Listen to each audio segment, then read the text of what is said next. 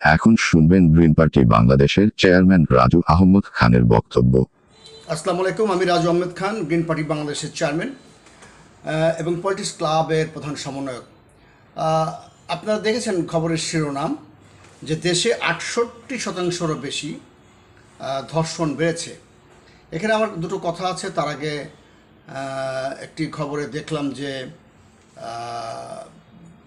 মানে ভারতের সঙ্গে বাংলাদেশের সম্পর্ক নিয়ে অনেক সংবাদ উঠে এসেছে। ভারতের গরু আমরা আগে খেতাম 700-800 টাকায়, এখন শুনতে পাচ্ছি ব্রাজিল থেকে যে গরু আসবে সেটাতে 120 টাকা এরকম কেজি পড়বে। তো বাংলাদেশ সরকারকে বলি যে ব্রাজিল থেকে বেশি বেশি করে গরুর মাংস আনবেন না কেন? পাকিস্তানের পররাষ্ট্রমন্ত্রী এবং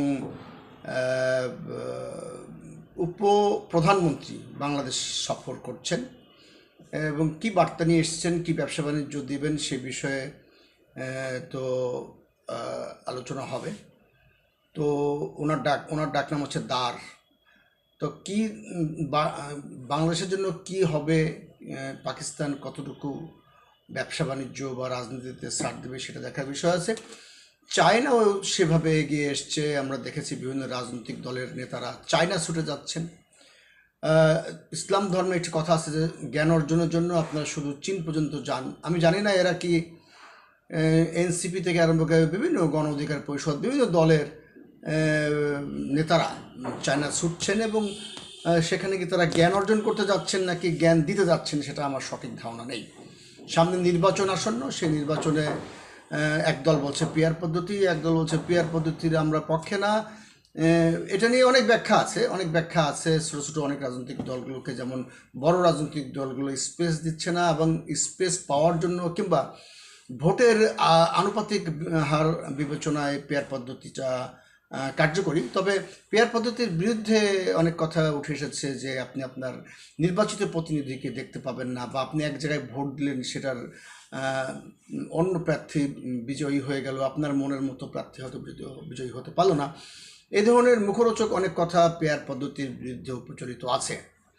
তো আমি যে বিষয়ে কথা বলতে চাচ্ছি সেটা হচ্ছে যে বাংলাদেশে ধর্ষণ বেড়েছে 68%, এরও বেশি।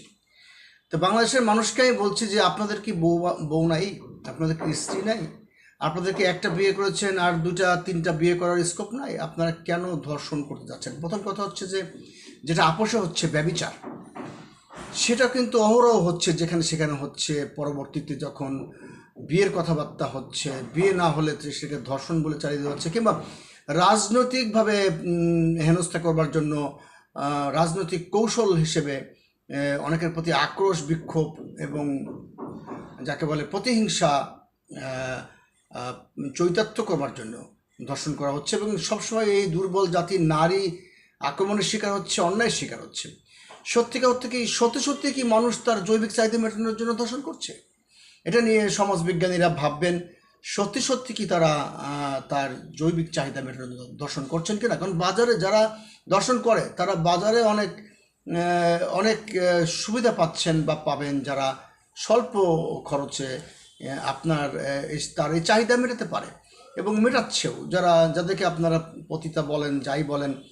সেই রকম ক্ষেত্র যদিও সংকুচিত হয়ে আসছে এবং একটা নির্দিষ্ট জায়গায় ছিল পতিতালয়, সেটাকে ভেঙে চুরে সমাজের মধ্যে ঠেলে ফেলে দেওয়া হয়েছে এবং সমাজে বিস্তার লাভ করেছে। সেই সুযোগ থাকতে কে বা কারা জোরপূর্বক কাউকে ধর্ষণ করছে সেটার মিথস্ক্রিয়া বা সেটার কেমিস্ট্রিটা বোঝা দরকার। পাশাপাশি রাজনৈতিক কারণে যদি ধর্ষণ করে থাকে বা লুণ্ঠন করতে গিয়ে ধর্ষণ করলো, সেইগুলো কত পার্সেন্ট, মানে আমার জানা দরকার যে মানুষের কি এতই জৈবিক চাহিদা মেটানোর দরকার হয়ে পড়লো, যেটা মানে স্বাভাবিক পন্থা বাদে আরও যেগুলি আপোষ ভিত্তিক পাওয়া যাচ্ছে সেগুলো বাদে একদম জোরপূর্বক কী করতে হবে, এটার কি দরকার আছে? এটা নিয়ে আর একটু গবেষণা করবার দরকার।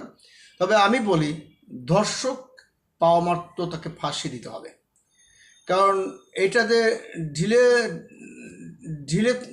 ঢিলে ঢালাভাবে বিচার করলে যে কোনো অন্যায়কে এরা প্রশ্রয় পেয়ে যায়।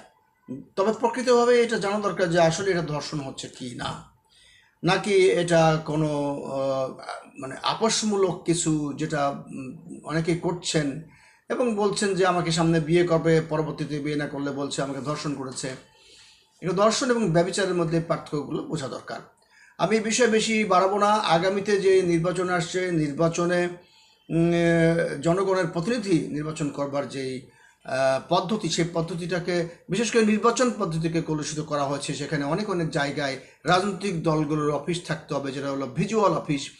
সেখানে অফিস ভাড়া দিয়ে, অফিসের অগ্রিম দিয়ে এবং সব মিলিয়ে মেনটেন করতে গেলে 2/3 জেলায়, 100 উপজেলায়, তার উপরে আবার কথা আছে যে অনেকগুলো ভোটারের স্বাক্ষর লাগবে, যেগুলো নির্বাচন পদ্ধতির যে মূল ইথিক্স এটার বাইরে। মানে ভোট তো আর মানুষ প্রকাশ্যে দিতে পারে না, কিন্তু যখন এলাকায় ভোটারদের স্বাক্ষরের বিধান আসবে তখন কিন্তু সেই ভোটাররা শঙ্কিত হবে এবং তারা সাইন করতে চাবে না।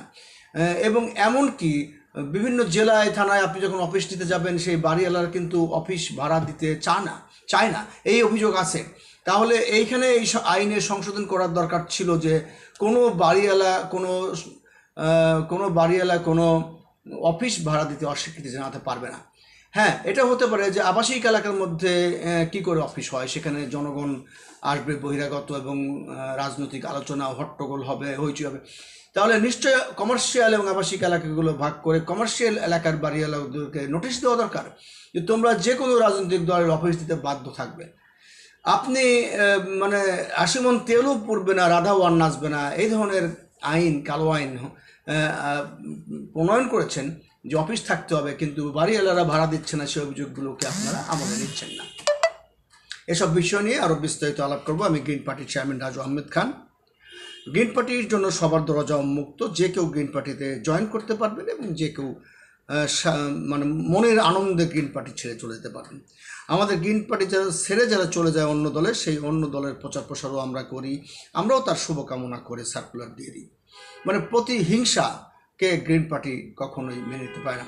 আমাদের কিছু সামাজিক ব্যবসা বাণিজ্য আছে, সেগুলোর বিষয়ে একটু বলে রাখি। যেমন এক্সপোর্ট ইম্পোর্ট বিজনেস, যেখানে বিদেশ থেকে পণ্য আনলে আমাদের এক্সপার্ট কর্মকর্তারা বোর্ড থেকে, কাস্টমস থেকে সেগুলো ছাড়িয়ে দিবেন। সেই বিজনেসের অংশ আমরা আমাদের রাজনৈতিক নেতাকর্মী, অসহায় মানুষের পিছনে খরচ করব। বলতে পারেন যে এটা একটা সামাজিক ব্যবসা। এবং আপনারা যারা ব্যবসা করতে চান, আমাদের গ্রিন পার্টি বাংলাদেশের এবং পলিটিক্স ক্লাবের অফিস সবার জন্য মুক্ত। এখানে অনেকগুলো চেয়ার আছে, সেখানে আপনারা বসতে পারবেন, আপনাদের দলের কার্যক্রম প্রকাশ করতে পারবেন। মূলত গ্রিন পার্টি সকল রাজনৈতিক, সামাজিক, মানবাধিকার সংগঠনের, এবং এই গ্রিন পার্টি বাংলাদেশ এককভাবে নয়, প্রায় 60টি দলের সমন্বয়ে পলিটিক্স ক্লাবের প্রধান কার্যালয় এখানে।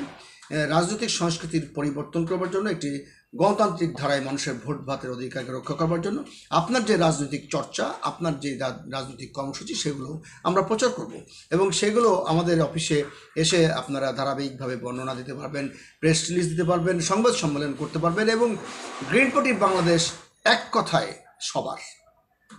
গ্রিন পার্টি বাংলাদেশের রাজু আহমেদ খান। আমরা আপনার কাছে ভোট চাই না, আমরা আপনাদের ভালোবাসা চাই, এবং আমরা ক্ষমতা চাই না, আমরা দায়িত্ব চাই। এবং আমরা আপনাদের ভালোবাসা যে চাই, এটা কোনো বাধ্যতামূলক না। আপনারা যে কেউ ইচ্ছা করলে আমাদের ঘৃণা করতে পারবেন এবং বিষোদ্গার করতে পারবেন এবং অভিশাপও দিতে পারবেন।